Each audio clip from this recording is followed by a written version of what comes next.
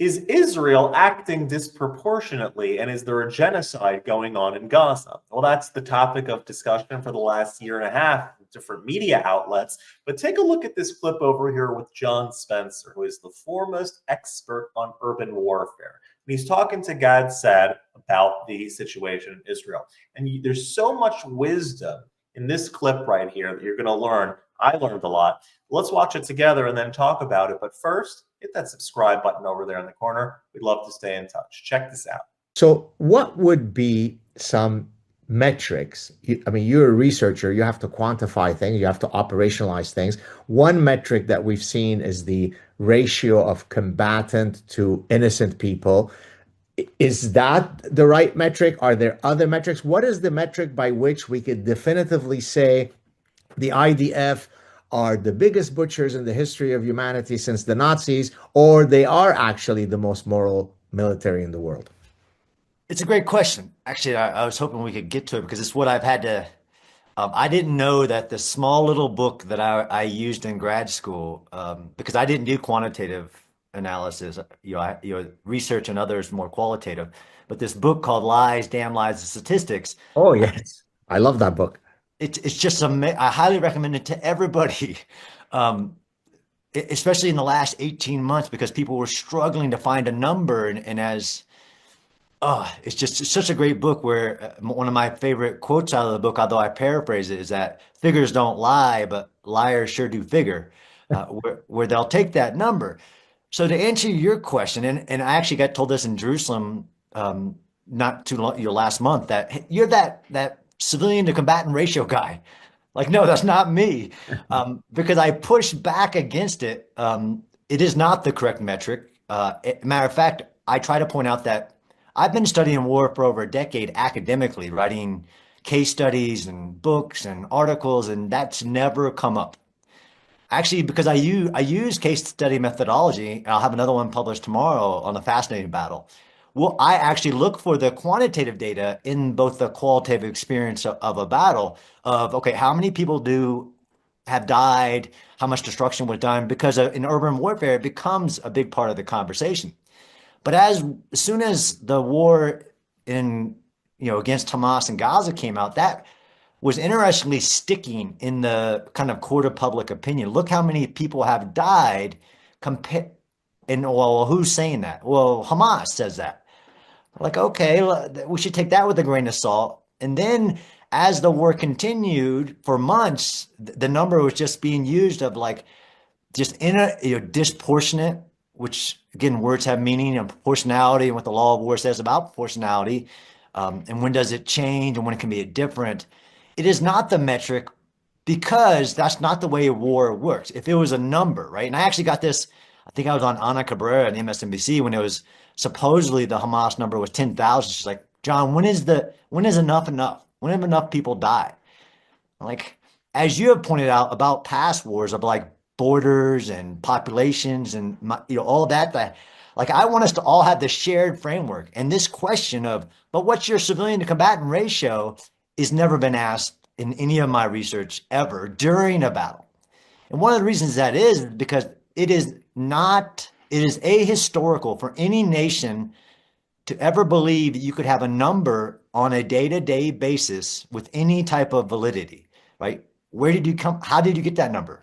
And I've tried to point that out by saying, okay, look, we shouldn't be trusting the number that Hamas is giving. And lots of people have done research. I mean, from a historical case study analysis, I can show you that in almost every battle that I've ever studied, there was definitely not during the battle, and it was months, if not years or decades afterwards, where there was a number. And one of the great examples I love. By number, you mean the ratio of civilian to combatants? Any number. Okay, right. Okay. Go on.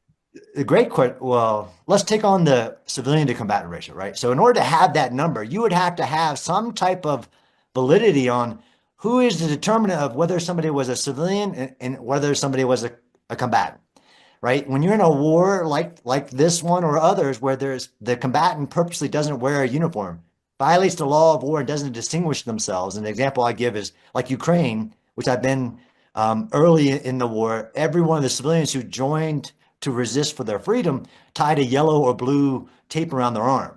I don't know where they got that much tape, but they were doing the right thing on designating themselves as partaking in the hostilities.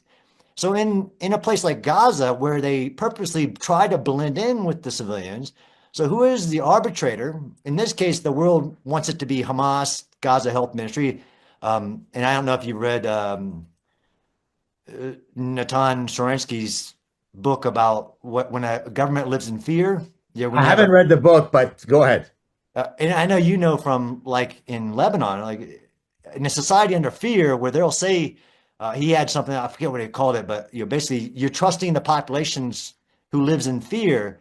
So there's no number that's going to come out of Gaza that isn't approved by Hamas if it's not legitimately Hamas that's giving it. But who is saying on the ground, looking at a body, okay, that person was not a combatant. And then, well, of course, well, John, what about the women and children? I'm like, hey, I don't want to be heartless about this, but who says that women can't be combatants? And who says that, okay, what's the age in which somebody is considered a child? According to the United Nations, it's 18. So when we say this is the number of children that have died, they're saying 18 and below. I joined the military at 17. And I try not to get into all these numbers, but the biggest thing is I want people to get out of the numbers game. That's not how, even the law of war is not effects based, right? So lots of really amazing professors have talked about this, of like the entire construct of war isn't effects based on, look at the damage that has been created. That means you weren't following the law, you were immoral, all these things. One of the examples I like to use about the numbers, right? These are all just lies, damn lies, and statistics, is that Bernie Sanders, about, when the Hamas number reached 25,000, said, Gaza, the bombing of Gaza is worse than Dresden.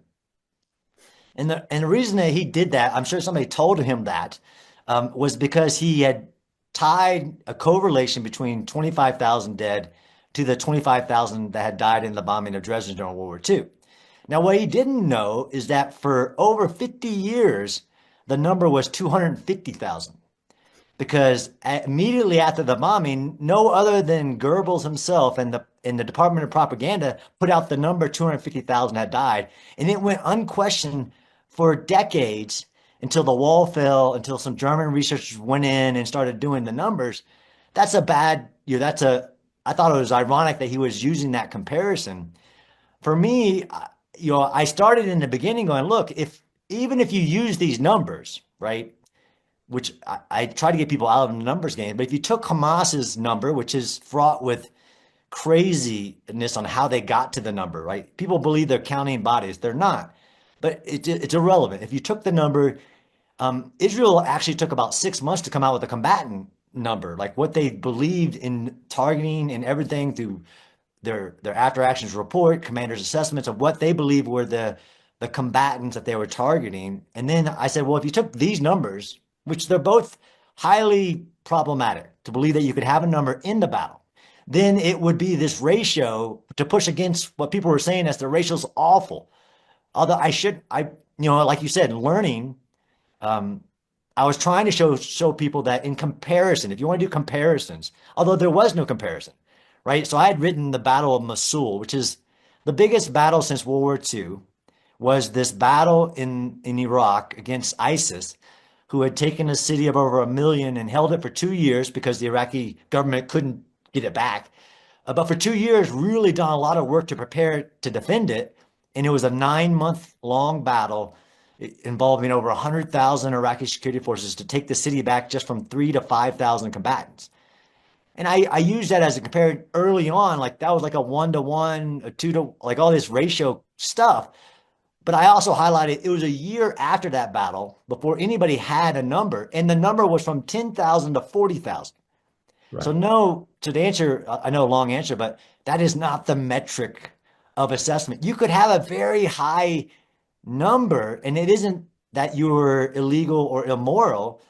You have to view it in the context, and the law of war accounts for that context, right? This is the whole, the number of, in a single strike or an operation, the civilian collateral damage, or that's both the death of civilians, but also the destruction, can't be excessive to the concrete military advantage, which we could argue, like, is there a concrete military advantage to Israel pursuing getting its hostages back destroying this terrorist army that invaded Israel, an existential threat, which actually matters a lot when you start talking about what is excessive and disproportionate.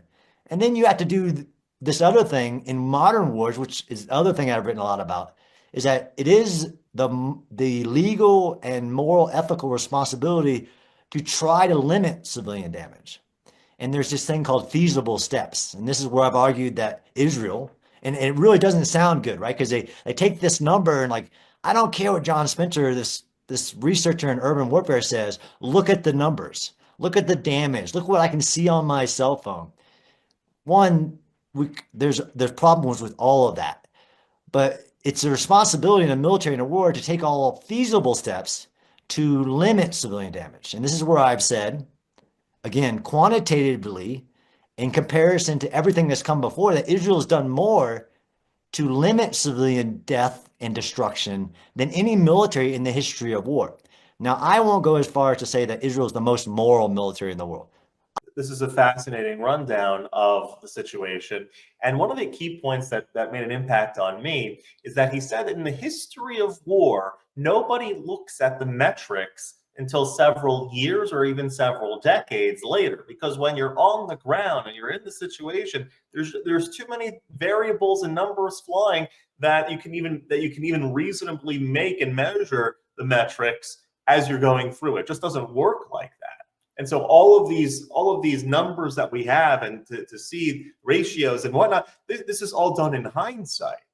And so Israel, according to John Spencer over here, says that this is the first time in history that we're actually analyzing and trying to make the metrics and the civilian ratio while the war is actually going on. And another point that he makes over here that's really interesting is, how are civilians and combatants, how are they even classified? Like, who are the civilians over here? The combatants don't wear uniforms, which is all itself against the rules of war, right? And so who are the civilians and who are the combatants? Who even fits that threshold? And so I think there's a lot of good information, a lot of wisdom over here from John Spencer, and God willing, we all pray that this war just end soon. Let the hostages be released, let Hamas be dethroned, and let everyone be in peace. If you like this content overall, hit that subscribe button over there in the corner. We'd love to stay in touch. Take care.